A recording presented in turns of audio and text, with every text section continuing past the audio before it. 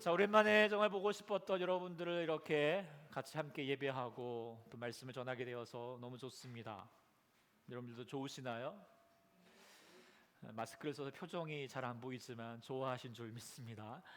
또 물론 또 함께 하지 못하지만 영상으로 또 예배 드리는 분도 또 우리 같이 부활주일이 너무나도 기쁘고 좋은 날이 된 줄 믿습니다. 너무 좋긴 한데 그래도 우리 한편으로 이렇게 현장 예배를 또 이렇게 더 많이 드리게 되면서 한 구석에 염려가 있는 게 사실입니다. 어떤 염려죠? 이 코로나로 말미암아 혹시라도 뭐 감염자가 또 이곳에서 발생하게 되는 것은 아닐까? 한국 교회 전체까지도 생각해 보면서 정말 이 부활주의를 앞두고 우리가 또 기도하게 되고 또 기도하신 줄 아는데요. 그러나 우리 주님이 이곳에 함께 하셔서 우리를 보호해 주시고 인도해 주실 줄 믿습니다.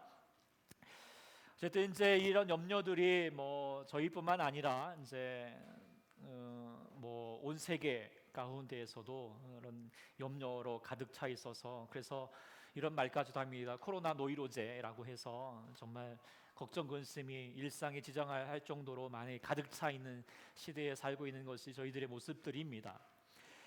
감염의 위험뿐만 아니라 이제 이렇게 소식을 듣게 되면은 많은 분들이 힘들다라고 하는 것을 실감하게 되는데요. 어떤 분은 이제 아이들 학교를 보내지 못하니까 맨날 아이들 밥해 먹이느라고 이 밥해 먹는 어려움들도 있으실 거고, 또 어떤 분은 제가 며칠 전에 또 이렇게 소식을 들으니까 코로나로 말미암아 직장에 가지 못하게 되고 또 경제적으로 많이 힘들게 되고 또 모시고 있는 노모도 양로원도 못 가고 되고 막 그러니까 여러 가지 많은 고충이 있다라고 그렇게 얘기하신 내용을 들으면서 야, 우리 많은 성도님들이 정말 이 어려운 때를 보내고 있구나라는 생각을 가지게 되고, 이 어려운 때에 우리가 이제 부활주의를 이렇게 맞이하게 되는데 이 부활주일이 어떤 말씀이 정말 우리들 가운데 내가 될 것인가, 가장 정말 무엇보다도 우리 가운데 절실하게 필요해지는 말씀이 바로 평강이 너에게 있을지어다 라고 하신 주님의 말씀으로 묵상하게 됩니다.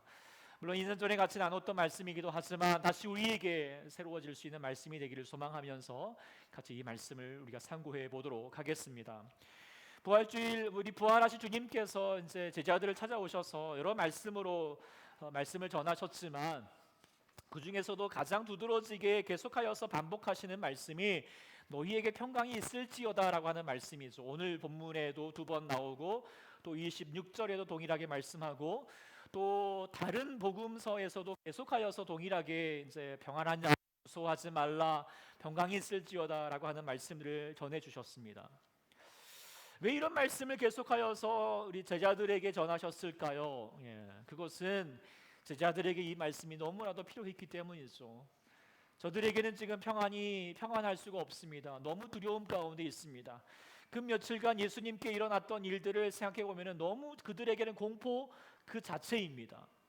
새벽 미명에 예수님께서 군병들에게 잡혀가시고 순면을 당하시고 차마 눈뜨고 볼 수 없는 그런 채찍질을 당하시고 십자가 위에서 고통 가운데 죽으셨던 것을 생각해 보면은 그들이 너무나도 안타깝지만 두렵기는 사실입니다. 그리고 예수님이 지금 십자가에 죽으신 것으로 끝나지 않을 것 같은 분위기입니다. 자신들도 언젠가 붙잡혀 갈 수도 모르겠다라고 하는 그런 두려움 가운데 있는 것이죠.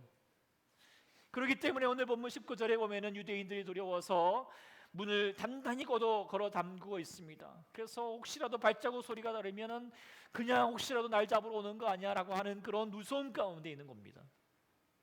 그런데 그런 가운데에서 예수님이 별안간 등장하셔서 하시는 말씀이 너희에게 평강이 있을지어다. 너희에게 평강이 있을지어다. 한 번만 말씀하지 아니하시고 재차 말씀하셨습니다. 그것은 바로 그만큼 제자들에게 평강이 이루어지기를 원하시는 예수님의 마음이시겠지요. 그 마음이 동일하게 우리 가운데도 있는 줄 믿습니다. 주님은 우리의 아픔을, 우리의 지금 이 어려운 마음들, 두려운 마음들을 공감하시고 우리 가운데 참으로 부활하셔서 우리의 두려움과 걱정을 바꾸어 주셔서 평강을 누리게 하시를 주님이실 줄 믿습니다. 그래서 그 능력으로 말미암아 다시 힘내어서 주님과 함께 이 코로나를 잘 이겨내고 독수리 날개치며 다시 돌아올 수 있는 귀한 날이 돌아오기를 간절히 소망합니다. 그런데 그러기 위해서 우리가 다시 한번 주님이 주시는 이 평강을 어떻게 누릴 수 있을 것인가, 다시 오늘 말씀을 통하여서 상고해 보기를 원하는데요. 먼저는 우리가 우리 주님의 평강을 어떻게 누릴 수 있을 것인가? 먼저는 그 주님의 부활하심을 믿을 때라고 하는 것입니다. 주님이 믿을 때라는 거죠. 예수님께서 너희에게 평강이 있을지어다 라고 말씀하시고 그 뒤에 뭘 하셨는가? 그냥 하지 않고 손과 옆구리를 보여주셨어요. 그것에 손에는 무슨 자국이 있었을까요? 손에는 못자국이, 십자가에 작으실 때 못자국이 있었고, 옆구리는 뭐가 있었을까요? 십자가 위에서 죽음을 확인하기 위해서 군병들이 창으로 찔렀던 그 창자국이 이 옆구리에 있었죠. 그런 말미암아 예수님 분명히 죽으신 거예요. 확실한 증거예요. 그런데 그 죽으셨던 주님이 지금 머젓하게 이렇게 살아계신다는 거죠. 그걸 보여주고 있는 거예요. 왜 보여주셨을까요? 부활이라고 하는 사실이 믿기 힘드니까요. 어려우니까요. 그래서 제자들에게 다시 한번 확실한 믿음을 심겨주기 위해서 손자국과 손의 못자국과 옆구리의 창자국을 분명하게 보여주고 있는 것이죠. 그러면서 너희가 내 부활한다는 사실을 믿으라고 하는 것이죠. 도마에게도 마찬가지였습니다. 도마가 그 자리에 참석하지 못하여 가지고 제자들의 말을 들었는데 그 말을 들어가시면 도저히 못 믿겠는 거예요.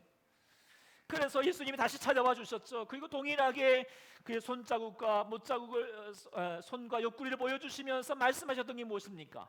믿음 없는 자가 되지 말고 뭐라고 했죠? 믿는 자가 되어라. 믿는 자가 되라는 거예요. 왜 이 말씀하셨을까? 왜 믿음을 강조하셨을까요? 믿는 자가 되어야지 지금 너희가 갖고 있는 이 불안한 마음, 이 두려움을 없앨 수 있다는 거예요. 해방될 수 있다는 것이죠. 믿음이 우리를 다시 불안해서 평안으로 바꿔가게 합니다.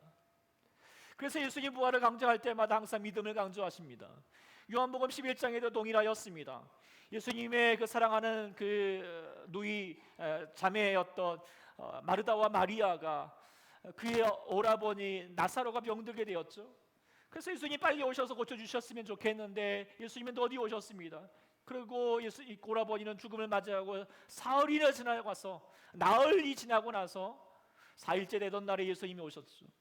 마리아가 예수를 보자마자 너무나도 안타까워서 원망이 되어서 몰면 소리를 하죠. 뭐라고 말합니까? 주님이 여기 계셨더라면 내 오라버니가 죽지 아니하겠나이다.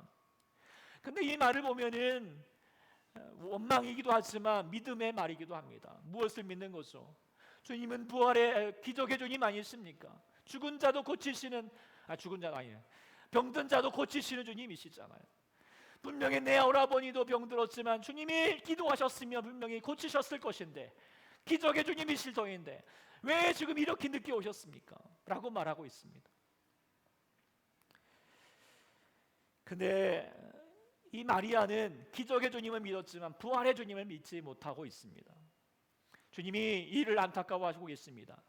기적의 주님으로는 이 땅의 삶의 평안을 이룰 수 있는 것은 아닙니다.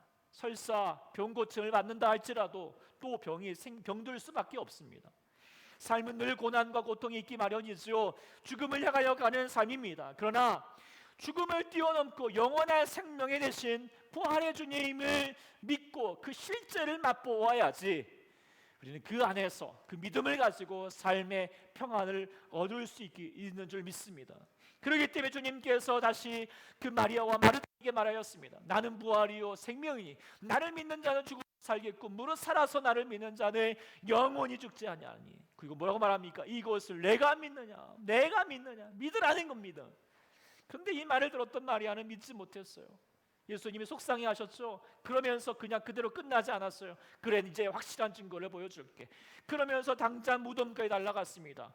죽은 지 나흘이나 되는 이 나사로가 시체 썩는 냄새가 나오지만 예수님께서 믿음으로 말씀하셨습니다. 나사로야 나오라. 나사로야 나오라. 그런데 믿기지 못할 만한 일이 일어났죠. 무덤문이 열리더니 정말 시체가 되었던 이 나사로가 버젓버젓 일어나는 겁니다. 걸어 나오는 겁니다. 그러면서 예수님이 말씀하시는 것이 진짜임을 알려주시는 거죠. 믿음의 증거가 되었던 사건입니다. 이를 통하여서 주님이 오셨던 건 뭐예요? 부활은 사실이라는 것입니다. 진짜라는 거예요. 그리고 예수님께서 며칠 뒤에 십자가에서 죽으시고 진짜 다시 부활하시고 믿지 못하고 아직도 믿지 못하고 있는 제자들에게 손과 옆구리를 보여주시면서 부활이 진짜이지 않느냐, 내가 다시 살아난다고 말씀하였는데 진짜 살아나지 않았느냐라고 하는 분명한 증거를 보여주시면서 믿음을 갖기를 원하셨다라고 하는 것입니다. 우리도 주님의 부활하신 주님을 믿을 수 있기를 소망합니다. 그런데 우리가 다시 한번 안타까운 것은 많은 사람들이 부활을 믿지 않으려고 합니다. 특별히 가옥 시대가 되면서 보이지 않으면, 증명되지 않으면 믿을 만한 진리가 되지 못한다라고 하는 그런 답답한 믿음을 가지고 있죠. 부활도 그래서 믿지 못하겠다는 거예요. 그래서 많은 사람들이 예수님의 부활이 허구이다, 가짜다라고 또 나름 증명해 보겠다고 뭐 과학적으로 막 증명해 보기 위해서 조사하고 여러 가지 많은 것을 했지만, 그런데 그러면 그럴수록 예수님의 부활은 사실이다, 진짜다라는 것을 그렇게 나타낼 수밖에 없었다라고 하는 것이 역사적으로 많은 이렇게 증거가 되었습니다.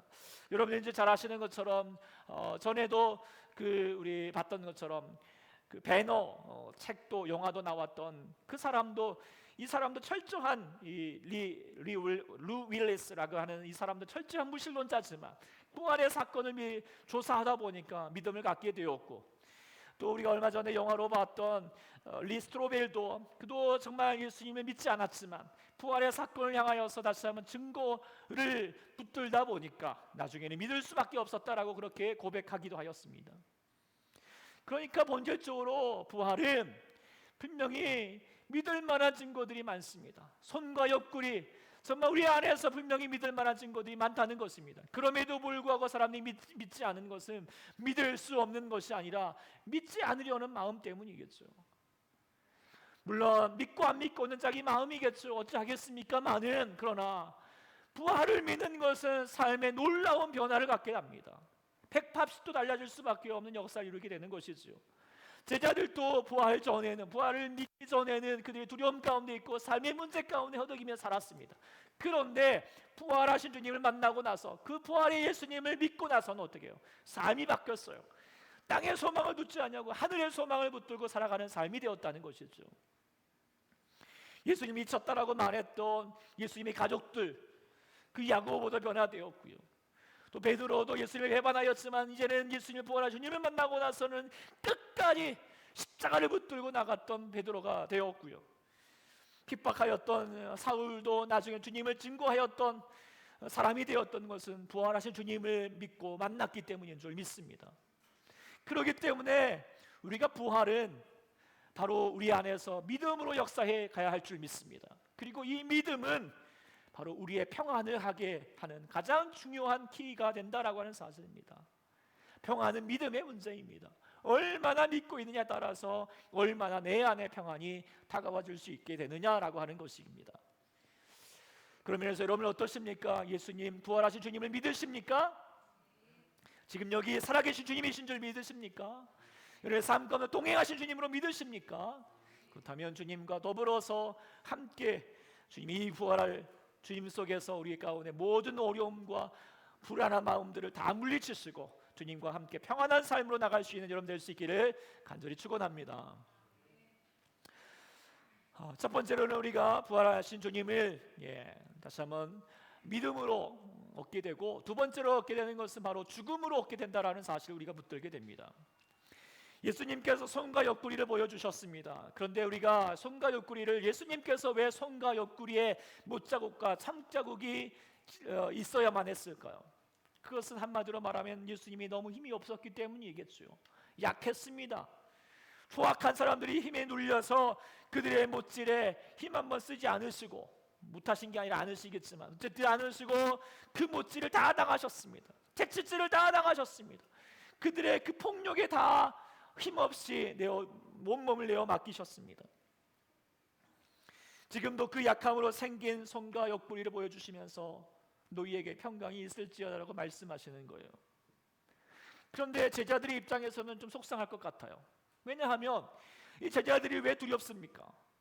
지금 자신들을 예수님을 향하여서 그렇게 못질을 하고 창질을 하였고 자신들을 품으려고 오는 저 유대인들, 저 나쁜 놈들이 있으니까 저 나쁜 놈들을 하나님 물리쳐 주셔야지 평안을 누릴 수 있고, 어찌 보면은 정말 예수님이 좀 힘 빡 내어가지고 저놈들을 꼼짝하지 못하게 해주셔야지. 그래서 그 평화 마음이 있을 것 같은데 주님은 전혀 그렇게 하지 아니하고 저들은 여전히 기세등등하고 있지만 지금 이 문 앞에, 문 안에서 그저 무서워하고 있는 저들에게 당한 흔적만 보여주고 있는 거예요. 우리가 보기에는 이게 무슨 평안이냐라고 말할 수 있겠지만, 그러나 우리 주님께서 우리 가운데 이루고자 하시는 평안은 바로 이것이라는 사실을 우리 가운데 다시 한번 깨닫게 됩니다. 주님이 주시는 평안은 철저히 약함으로, 철저히 자신의 죽음으로 평안을 이루어 가셨습니다.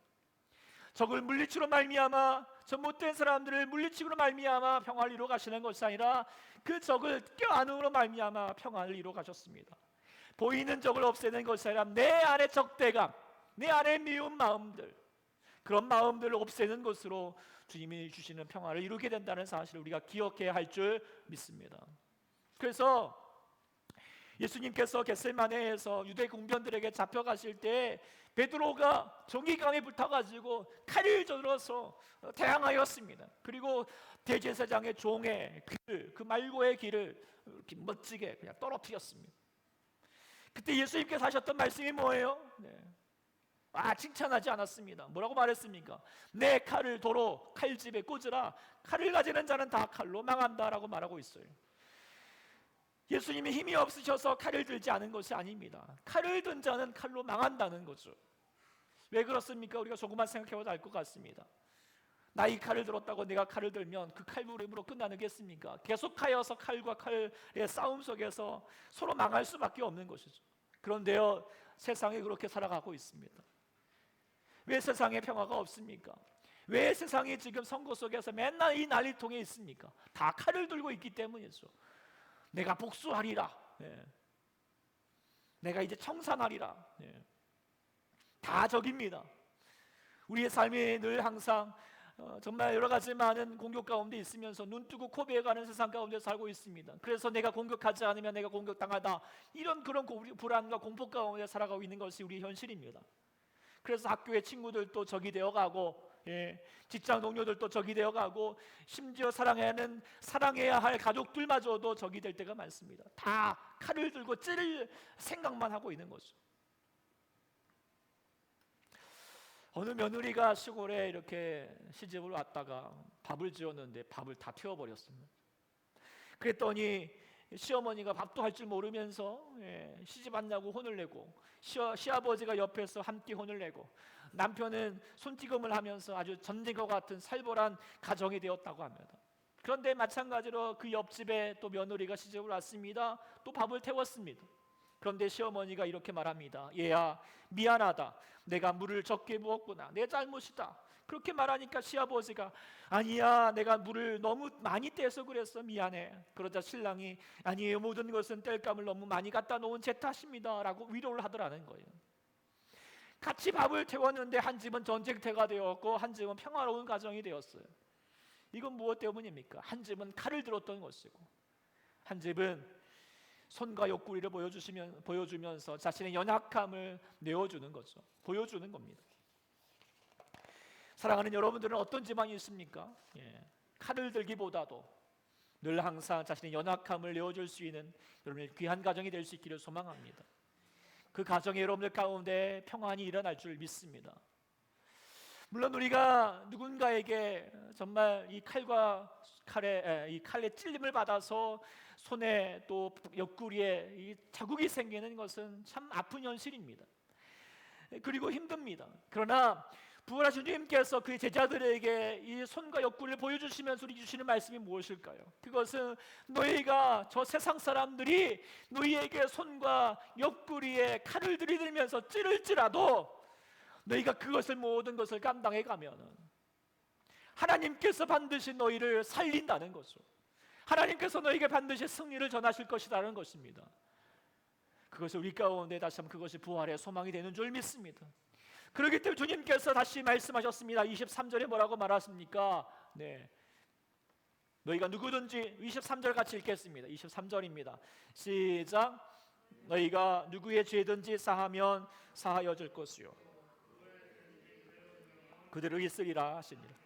한마디로 말하면 뭘까요? 칼을 들지 말고 용서의 삶을 살라는 것입니다. 네. 실제로 제자들이 부활 이후에 그렇게 살았죠. 유대인들이 돌을 들고 칼을 들어서 핍박할 때에도 그들은 찔림을 받아서 손과 옆구리에 상처를 받고 죽임을 당하기도 했습니다. 순교하는 삶을 살았습니다. 그런데요, 교회는 결코 죽지 않았어요. 망하지 않았어요. 더 큰 부흥을 이루었어요. 그래서 마침내 칼을 들었던 그 로마가 손과 옆구리를 보여주었던 교회에 정복당하였죠. 진짜 승리는 누구를 통하여서 이루어졌는가? 칼을 든 자가 아니라 손과 옆구리에 찔림을 받은 자들이었다는 사실을 우리가 깨달아야 할 줄 믿습니다. 그래서 사랑하는 성도 여러분, 이 그리스도의 평강을 이룰 수 있기를 간절히 소망합니다. 물론 여러분에게도 많은 적들이 뚫려져 있고 여러분에게도 나쁜 놈들이 참 많겠지만 그들을 물리치는 것이 아니라 주님이 주시는 평강으로 그 사랑의 주님이 여러분과 함께 있다는 사실을 붙들고 그들을 껴안고 안아주고 용서하는 저와 여러분 될 수 있기를 간절히 소망합니다. 그리할 때 우리 주님 앞에 그래서 우리가 더 주님 앞에서 우리가 다시 주님을 만나는 날 주님이 보고 싶어하는 것이 무엇일까요? 바로 여러분에게도 손의 못자국과 옆구리의 창자국을 보고 싶어 하실 줄 믿습니다. 핍박받은 증거, 주님과 함께 고난받은 증거, 그걸 잘 이루어서 진정 하나님 아버지 앞에 칭찬받을 수 있는 우리 모두가 될 수 있기를 간절히 소망합니다. 두 번째로 우리가 다시 주님은 죽으심으로 평화를 이루어 주셨고, 세 번째로는 무엇일까요? 그것은 바로 우리에게 성령을 주심으로 평강을 이루어 주셨다라고 하는 사실입니다. 오늘 주님께서 너에게 평강이 있을지어다 두 번째 말씀하시면서 다시 말씀하셨던 바가 무엇입니까? 22절에 이 말씀을 하시고 그들 향하여 숨을 내쉬며 이르시되 성령을 받으라 라고 말씀하셨어요. 왜 성령을 받으라라는 말씀을 전하셨을까요? 이것은 평강에 대한 단어를 이해할 때 우리가 이해해 볼 수 있게 되는데, 평강은 헬라어 말로 에이레네에 있지만 히브리 말로 뭘까요? 잘 아시는 걸 것 같은데 뭘까요? 바로 샬롬이라고 하는 단어입니다. 샬롬, 잘 아는 말씀이죠. 근데 이 샬롬이라고 하는 말의 뜻을 우리가 이제 이스라엘 사람들도 인사하면서 샬롬 이렇게 하고 우리들도 비슷하게 안녕하세요라고 얘기를 하지만 그 말의 뜻은 우리가 생각하는 것과는 다릅니다. 우리는 그저 별일 없느냐, 그냥 살만하느냐 이런 뜻이겠지만 우리 이스라엘 사람들이 말하는 샬롬은 우리의 관계 속에서 말하는 것이 아니라 하나님과의 관계 속에서 말하는 것입니다. 즉 하나님과 별일 없느냐, 하나님과 잘 지내고 있습니까? 이런 뜻으로 말하는 것이 바로 샬롬입니다. 즉 우리의 삶에서 진짜 평강은 무엇인가? 하나님과 잘 지내는 것입니다. 하나님과 관계가 원만해져야지 우리 안에 진짜 평안이 이루어진다라고 하는 것을 염두한 말씀이죠. 그런데 우리가 하나님과 잘 지내고 싶어도 우리는 하나님과 잘 지낼 수 없는 자들이었어요. 왜요? 뭐 때문에요? 죄 때문이었죠. 죄가 하나님과 우리의 사이를 갈라놓게 됩니다. 그래서 에베소서에 말씀하십니다. 너희는 이제는 전에 멀리 있던 너희가 죄로 말미암아 하나님과 우리 사이에서 멀리 있을 수밖에 없었는데 그리스도의 피로 말미암아 어떻게 됐습니까? 가까워졌다는 겁니다. 이제 좀 더 가까워졌다라고 말씀하고 있습니다. 그래서 샬롬이 될 수 있게 됐다는 거예요. 하나님과 잘 지낼 수 있게 됐다는 거예요.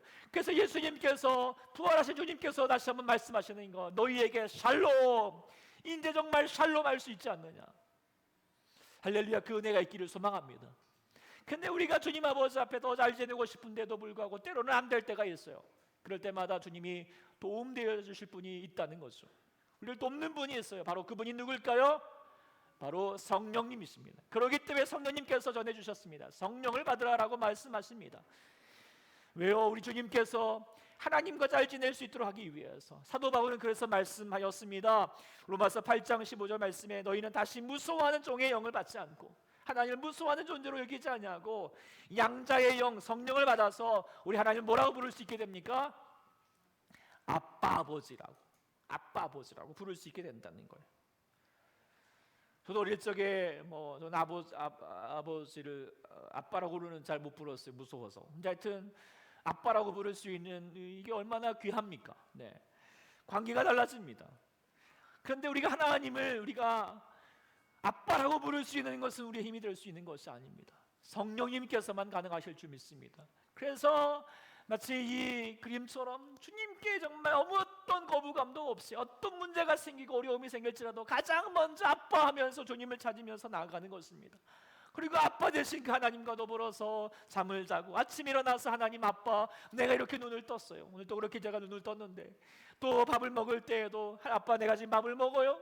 내가 무슨 길을 걸어갈 때에도, 공부할 때에도, 무엇을 할 때에도 우리 주님이 여기 계시다, 주님이 함께 하신다는 사실을 붙들고 주님과 함께 항상 먹고 마시는 일상의 삶을 살아갈 때 우리의 삶의 두려움과 걱정은 다 물러가고 평안으로 가득하게 될 줄 믿습니다. 이것을 성령님께서 이루어 주신다는 사실입니다. 그렇기 때문에 우리가 무엇보다도 우리가 구해야 될 것은 성령 충만이라는 사실을 우리가 깨달아야 할 줄 믿습니다.